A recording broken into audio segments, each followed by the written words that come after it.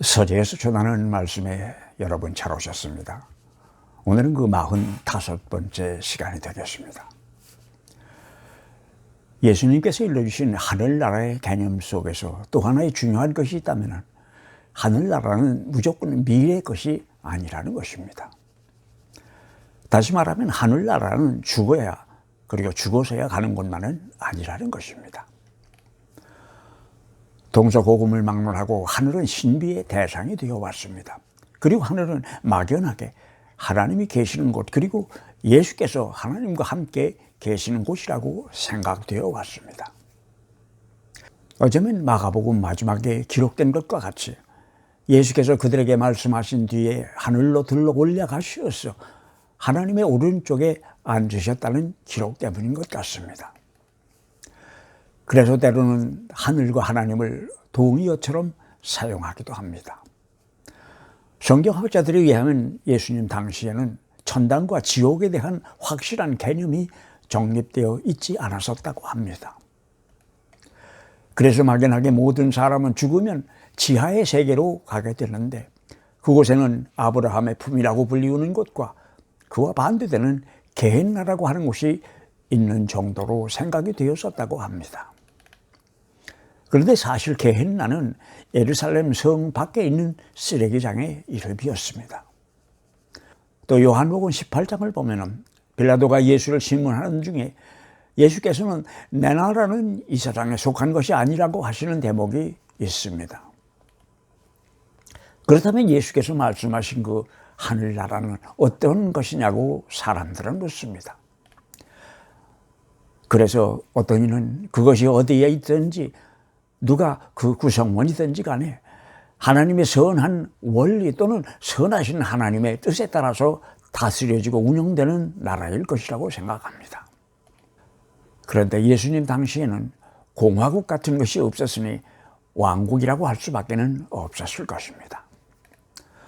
혹시라도 그 시대에 공화국의 개념 같은 것이 있었다 하더라도 예수께서는 왕국이라는 어휘를 고집하셨을 것이라는 생각이 듭니다.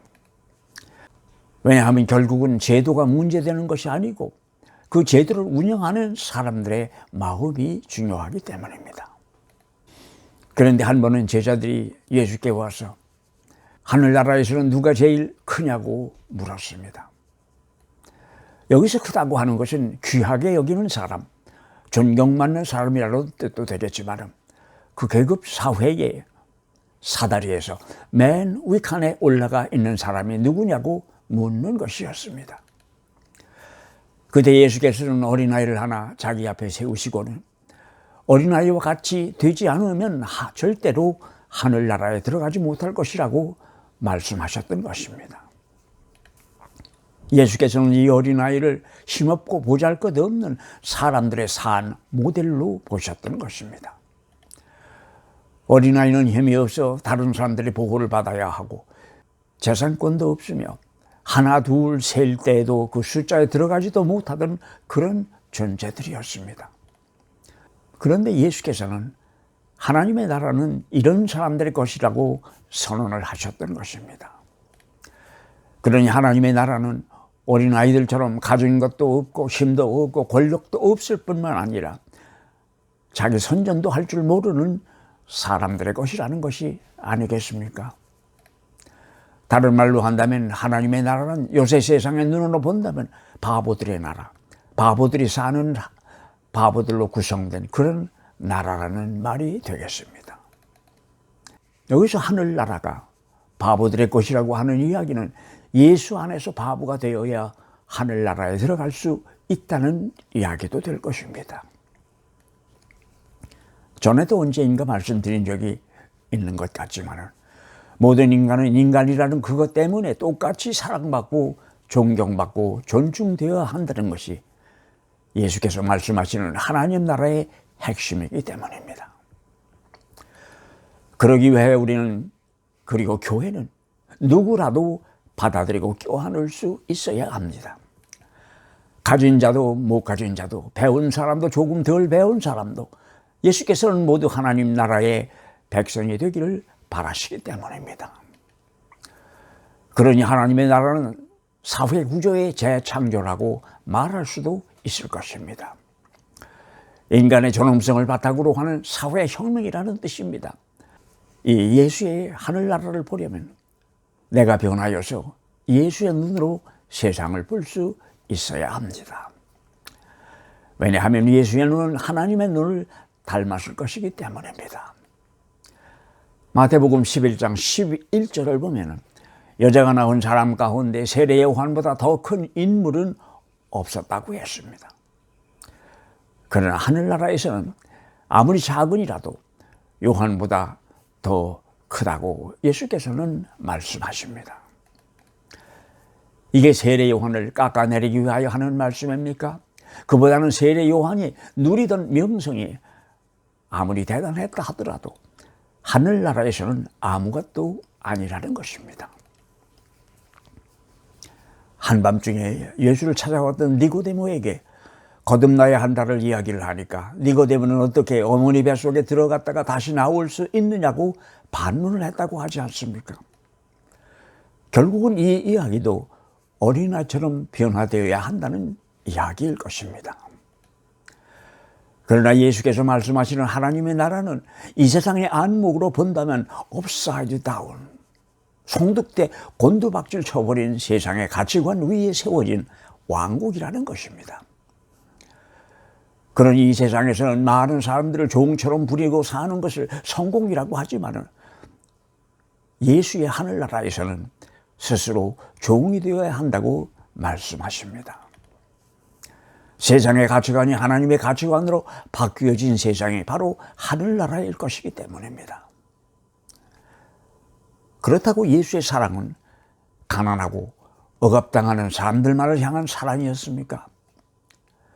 그보다는 모든 사람을 열 손가락 깨물어서 안 아픈 손가락 있더냐고 하시는 하나님의 마음으로 보는 세상입니다. 인위적으로 만들어진 거칠애가 아닌 인간을 조건이나 선입관념 없이 보는 것입니다. 우리가 선악과 사건 이전의 아담과 이브가 되는 것입니다. 그렇게 된다면 우리는 하늘나라에 있는 우리 자신들을 발견하게 될 것입니다. 누가복음 17장 20절을 보면 바리새인들이 하나님 나라가 언제 올 것이냐고 예수께 묻는 장면이 있습니다. 이때 예수께서는 하나님의 나라는 볼 수 있게 임하는 것이 아니요 또 여기 있다 저기 있다고도 못할 것이니 하나님의 나라는 너희 안에 있다고 말씀하십니다. 이 예수님의 말씀 중에서 우리는 특히 너희 안에라고 하는 표현에 주목할 필요가 있습니다. 헬라어 원본에서 안에라고 번역된 단어는 엔토스라고 하는 부사입니다. 이 어휘에는 안에와 가운데라는 두 개의 의미가 있습니다. 그래서 영어 번역에서도 within you, 내 속에, in your midst, 너희들 사이에, 또는 among you, 너희들 가운데로 번역하고 있는 것을 볼 수 있습니다. 그러니 예수께서 말씀하시는 하늘나라는 3차원의 밀폐된 공간에 존재하는 그런 것도 아니고 우리의 마음 속에 있는 것도 아니고 우리들 사이에 있다는 이야기가 아니겠습니까? 그리고 결국 그 사이라고 하는 것은 너와 나의 관계를 말하는 것이며 하나님의 나라는 바로 그 관계 속에 존재한다는 것입니다. 그런데 그 관계가 어떤 관계이겠습니까? 사랑이라는 관계라고 예수께서는 말씀하십니다. 예수께서 말씀하신 하나님의 나라는 시간적인 개념으로 볼 때 미래에 죽어서 가는 것이 아니라는 뜻입니다. 그리고 장소적으로 본다면 우리 사이에 있다는 말씀을 하고 계신 것입니다. 오래전부터 하늘은 신비의 대상이 되어 왔습니다. 하늘은 하나님이 계시는 곳으로 생각되었고 때로는 하늘이 하나님과 동의어로 사용될 때도 있었습니다.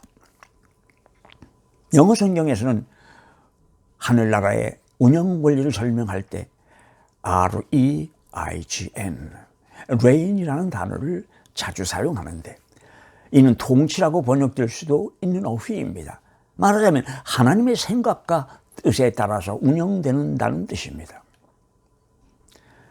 하나님의 뜻에 따라서 운영되는 나라, 아마 그것이 예수께서 생각하시던 하나님의 나라였을 것입니다.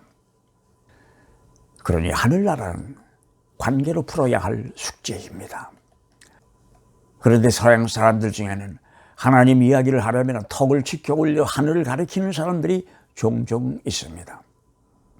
하나님은 그곳 높은 곳에 어디인가 계시는 분이라는 관습적인 생각에서 나오는 제스처인 것 같습니다. 그런데 20세기 후반부터는 우주인들이 하늘을 들쑤셔 놓아서 하나님이 계실 만한 곳이 없어졌다고 이야기하는 사람들도 있습니다. 그러나 사람이 죽으면 영혼은 하나님께로 돌아간다는 생각에서 아마 죽으면 하늘나라로 가는 것이라고 이야기하는 것 같습니다.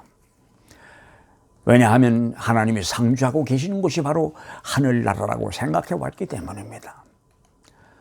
우리 주님의 하늘나라는 사락으로 엮여진 너와 나 사이에 시간의 제약 같은 것과는 상관없이 언제 어디서라도 만들어질 수 있는 것이라고 예수께서는 말씀하고 계십니다.